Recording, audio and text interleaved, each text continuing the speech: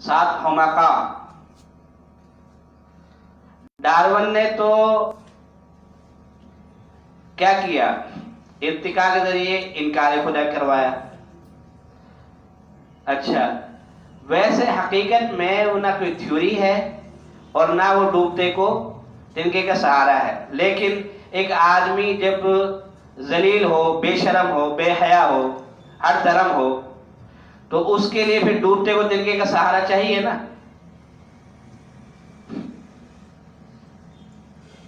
بھائی بات یہ ہے کہ کسی کو بلایا طالب علموں میں سے یا ملازموں میں سے باس نے یا استاد نے کمرے میں، اور 4-5 لگائی کسی بات پہ. اب باہر جو ہے نا انٹرویو لینے والے کھڑے ہوئے ہیں، جیو والے، تو ایک تو انگلیوں کے نشان بھی چھپ رہے ہیں اور تھوڑا تھوڑا سا آدمی کا رنگ بھی پھکا ہوا پڑا ہے. تو اب کیا کرے گا؟ وہ مسکرائے گا ہی نا جا کے باہر. اب جو تھوڑا سا انگلیوں کے نشان کو بھانپ جائے گا وہ پوچھے گا حضرت کیا ہوا؟ تو حضرت تو یہ کہ کچھ نہیں ہوا، کیونکہ اب تک تو 2 کے درمیان ہے نا. جو ہوا ہے وہ 2 کے درمیان ہے نا، اس کے اور اس کے. اور یہ پورے جو ہے نا انٹرنیٹ پہ جو ہے اپلوڈ ہو جائے، یہ تو وہ نہیں چاہتا. تو خدا کا انکار کرنا ایسا ہی ہے کہ بھائی اس کا ضمیر اسے چپیڑ مارتا ہے کہ بھائی خدا تو ہے، اس کی عقل بھی اسے چپیڑ مارتی ہے. وہ چھپاتا ہے پھر جب کیمرے کے سامنے آتا ہے، مائک اس کے ہاتھ میں آتا ہے. اب جو نظام حیات ہے یہ اس وقت جو دنیا میں چل رہا ہے، کیونکہ آپ نے تو اسی کو ہی لینا نا. ابھی تو جو کرنٹ ایشوز ہیں آپ کے سامنے چیلنج ہے، اس کو لینا نا. اب معتزلہ ہیں، دوسرے ہیں جو ختم ہو گئے ہیں، وہ تو ایک تاریخ کا حصہ بن گئے نا، ایک علم کا حصہ بن گئے. وہ تو ایک ویسے تاریخ علم کے طور پہ آپ پڑھیں گے، اس سے ظاہر فائدہ بھی ہوگا، بہت سی چیزیں آپ کو سیکھنے سمجھنے کے لیے ملیں گی. تو مطالعے سے تو فائدہ ہی ہوگا نا. لیکن ابھی جس نظام پہ دنیا چل رہی ہے اس کو سمجھنا ہے نا. فی الحال تو ایسے سمجھ لیں کہ بھائی اب عشاء کا وقت ہے بالفرض، اس وقت تو وضو کرنا ہے، تیاری کرنی ہے، عشاء کی نماز کے لیے کرنی ہے نا. فجر تو اب رات گزرے گی تو آئے گی نا. اس وقت جو نظام کائنات پہ انسانیت چل رہی ہے اس کو سمجھنا، اس میں لوگوں کو سمجھانا اور اللہ رب العزت کی طرف لانا، اسلام کی طرف لانا، یہ کرنٹ ایشو ہے نا. آ رہی بات سن؟ باقی اور آگے آئیں گے اور کچھ پیچھے بھی گزر گئے، ٹھیک ہے، وہ بھی ہیں، وہ ہماری تاریخ کا حصہ ہے، علم کا حصہ ہے، ورثے کا حصہ ہے. تو اس کو بھی ہم ضائع تو نہیں کریں گے. اس سے بھی اتنا ہوگا، اس سے بھی سیکھنا سکھانا ہوگا، پڑھنا پڑھانا ہوگا. لیکن جو اس وقت جس نماز کا وقت ہے پڑھنی تو وہ ہے نا.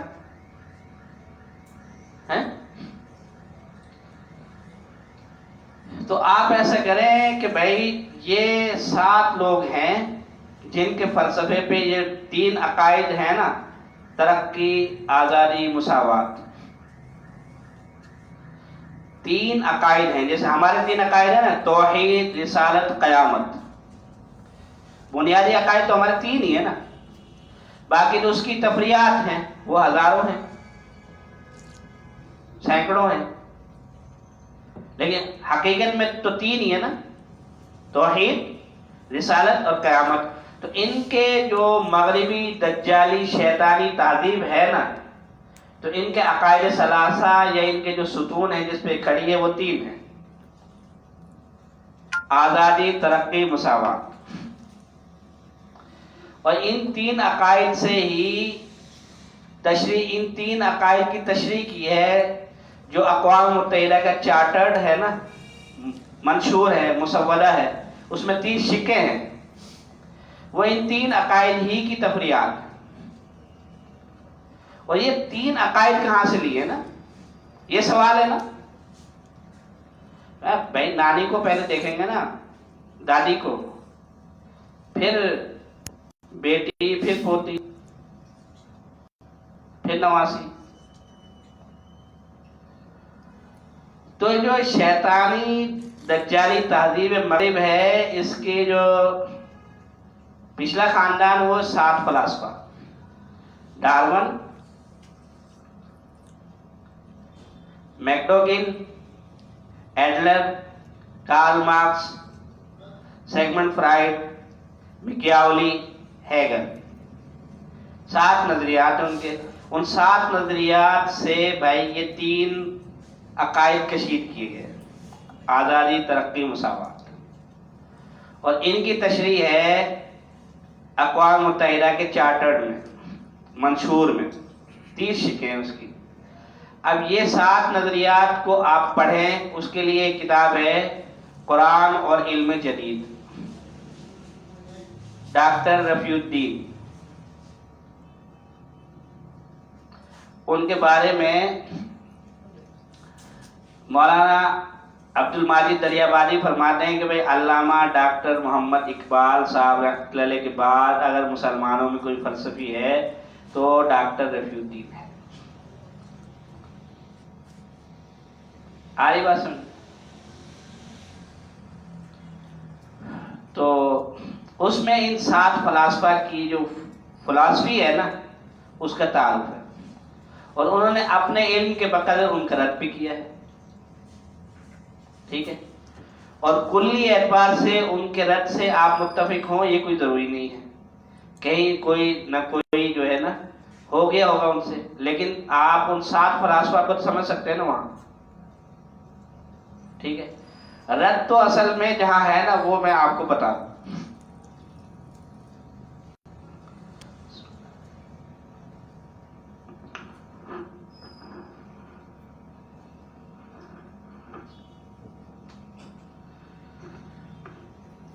اصول فقہ ہے نا، اس کو اصول شریعت بھی کہتے ہیں، اصول دین بھی کہتے ہیں. یہ سنا ہے پہلے کبھی؟ ایک رسالہ ہے اردو میں، آسان اصول فقہ، مولانا محی الدین. دیکھا نا؟ اس کے پہلے صفحے پہ پیش لفظ میں یہ پہلا جملہ لکھا ہوا ہے، اور بہت کام کا جملہ ہے. کیونکہ جو فقہ ہے نا وہ شریعت کے مترادف ہے نا، اور جو فقہ کی تقسیم متقدمین نے کی ہے وہ تو الفقہ الاکبر سے کی ہے نا. تو الفقہ الاکبر میں تو عقائد بھی آ گئے، اخلاقیات بھی آ گئی، اور احکام بھی آ گئے. تو جو یہ احکام والی فقہ ہے یہ الفقہ الاصغر کہلاتی ہے نا، اور اخلاق والی فقہ ہے وہ الفقہ الاوسط کہلاتی ہے، اور عقائد و ایمانیات والی فقہ ہے وہ الفقہ الاکبر کہلاتی ہے. تو ایک رسالہ بھی ہے نا امام صاحب کی طرف منسوب، الفقہ الاکبر، اور اس کی شرح کی ہے ملا علی قاری رحمۃ اللہ علیہ نے. تو فقہ شریعت کے مساوی لفظ مترادف ہے. ٹھیک ہے. تو اصول فقہ کیا ہوا؟ اصول دین، اصول شریعت. اگر فقہ کا معنی یہ لیتے ہیں جو کہ الفقہ الاکبر میں کیا گیا ہے تو پھر سب کچھ شامل ہے نا اس میں. تو اگر یہ سب کچھ شامل ہے تو پھر اصول فقہ اکبر ہوئے نا. ہاں بھائی ہوئے کہ نہ ہوئے؟ جب اصول فقہ اکبر ہوئے، اصول دین ہوئے، اصول شریعت ہوئے، تو یہ جو 3 طبقات ہیں ان تینوں کے لیے وہاں ہوگا نا سب کچھ. دہریوں کے لیے بھی ہوگا، معترضین علی الاسلام کے لیے بھی ہوگا، اور محبین اسلام کے لیے بھی ہوگا. تو محبین اسلام کا تو مسئلہ ہے کیا؟ ماذا. تو ان کا مسئلہ، اس کا حل کیا ہے؟ ڈال لفتا. بھائی کوئی بھی انہوں نے کیا کرنا ہے زندگی میں، آپ صلی اللہ علیہ وسلم کے سنت کو زندہ کرنا ہے، اللہ کے حکم کی بجاوری کرنی ہے، فرمانبرداری کرنی ہے، تو وہ یہی جائے گا نا، مفتی صاحب کے پاس جائے گا، امام صاحب کے پاس جائے گا، مولانا صاحب کے پاس جائے گا، جی میں نے بیٹی کی شادی کرنی ہے، یہ بڑا کام کرنا ہے، اس میں حضور صلی اللہ علیہ وسلم کا طریقہ کیا ہے، اللہ تعالیٰ کا حکم کیا ہے، یہ بتلا دیں، تو وہ ان کو بتلا دیں گے اور وہ اس عمل کر کے سعید فی الدنیا والآخرہ ہو جائے گا اور اپنے آپ کو سمجھے گا بھی. ایسا ہے کہ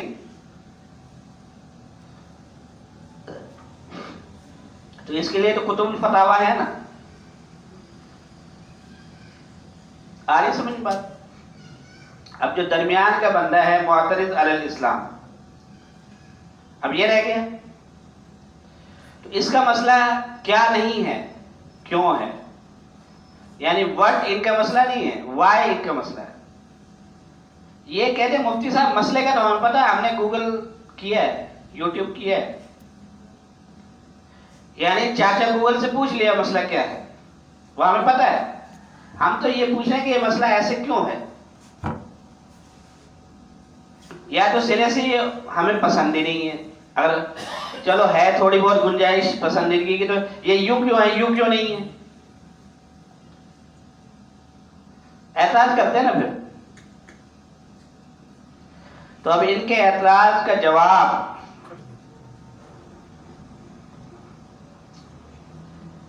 اگر متکلم دے گا نا، تو متکلم کے پاس اصولی اور مجتہد والا ملکہ تو نہیں ہے. اگر ہوتا تو پھر وہ مجتہد ہی ہوتا نا، اصولی ہوتا نا. جیسے ہر محدث فقیہ نہیں ہوتا، ہر مفسر جو ہے نا محدث نہیں ہوتا، ہر ادیب جو ہے متکلم نہیں ہوتا. نحوی کے لیے ضروری نہیں ہے کہ وہ فقیہ بھی ہو، نحوی بہترین ہے وہ. تو اس طرح کے میدان ہے نا مختلف، اور ہر میدان کے اپنے رجال ہے نا. لِكُلِّ مَقَامٍ مَقَالٌ وَلِكُلِّ فَنٍّ رِجَالٌ.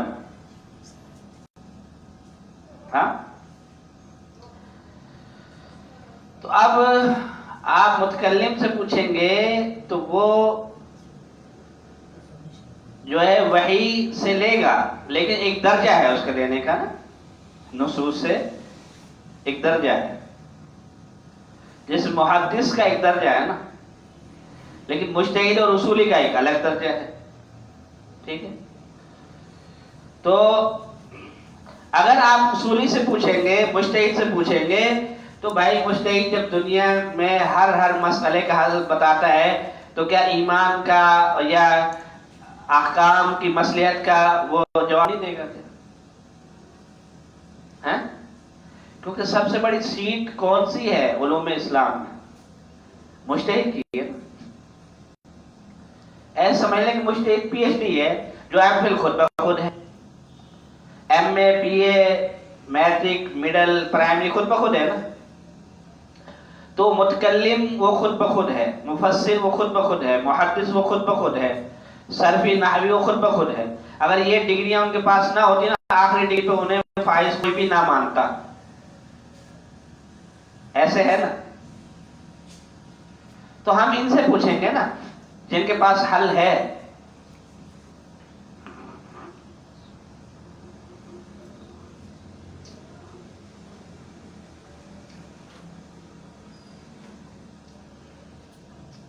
تو ان سے اگر پوچھنا ہے، سب سے پہلا سوال تو یہ ہے کہ بھائی عقل کے ہوتے ہوئے نا یہ کائنات میں شریعت کی ضرورت کیا ہے. اعتراض یہی ہوگا نا سب سے موٹا اور بڑا. تو من حیث الشریعت کل فی الکل کا ہی اعتراض کر دیں گے نا پہلے تو.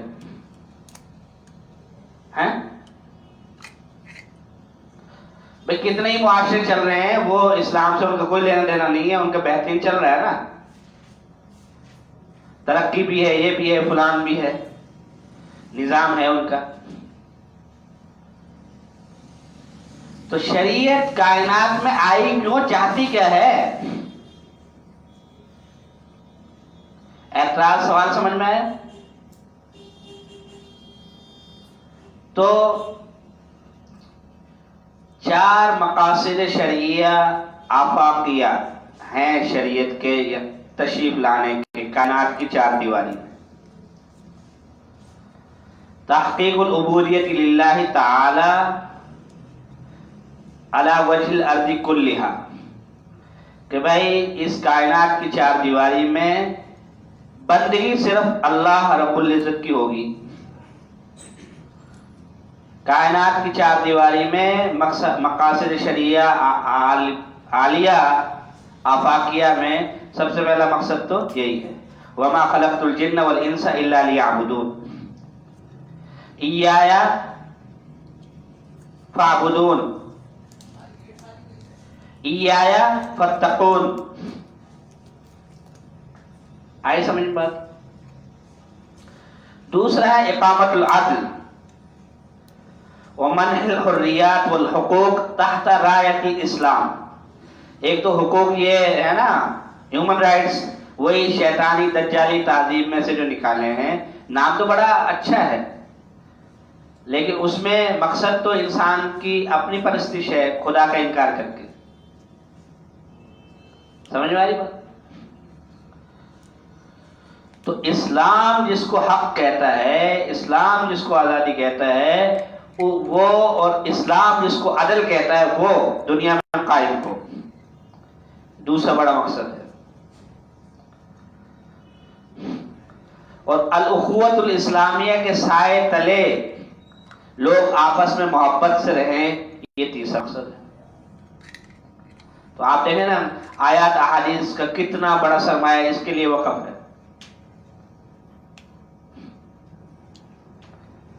چوتھا بڑا مقصد کیا ہے؟ عمارت الارض. بھائی گھر ہے، اس کی چھت نہ گرے، بارش سے یہ چھت خراب نہ ہو، اس کی دیواریں نہ گرے، اس میں آگ نہ لگے. یہ گھر ہے نا، اس میں رہنا ہے ہم نے، تو اس کو نقصان سے بچانا ہے نا.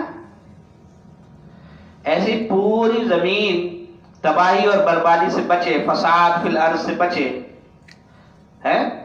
اور کیا رہے؟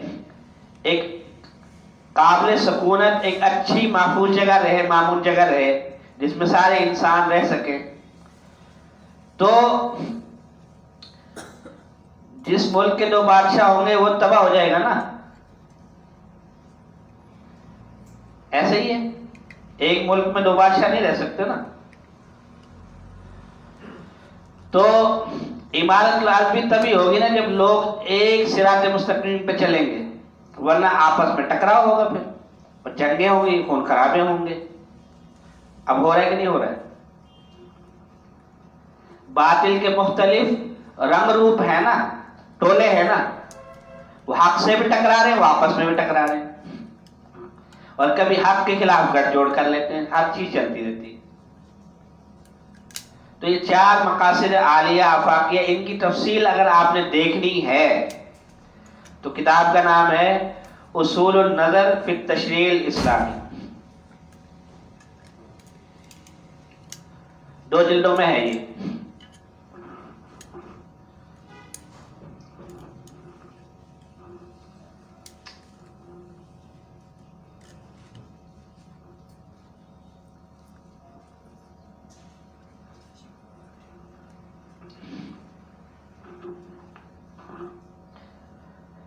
اس میں اچھی طرح دیکھ لیں.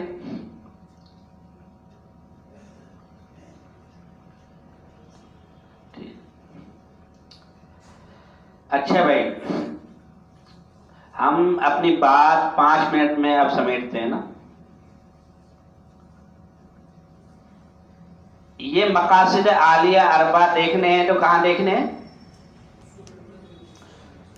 ہاں اس میں دیکھ لیں. اور یہ آپ لکھیں گے نا اپنے گوگل پہ، فوراً آپ آ جائے گی سامنے،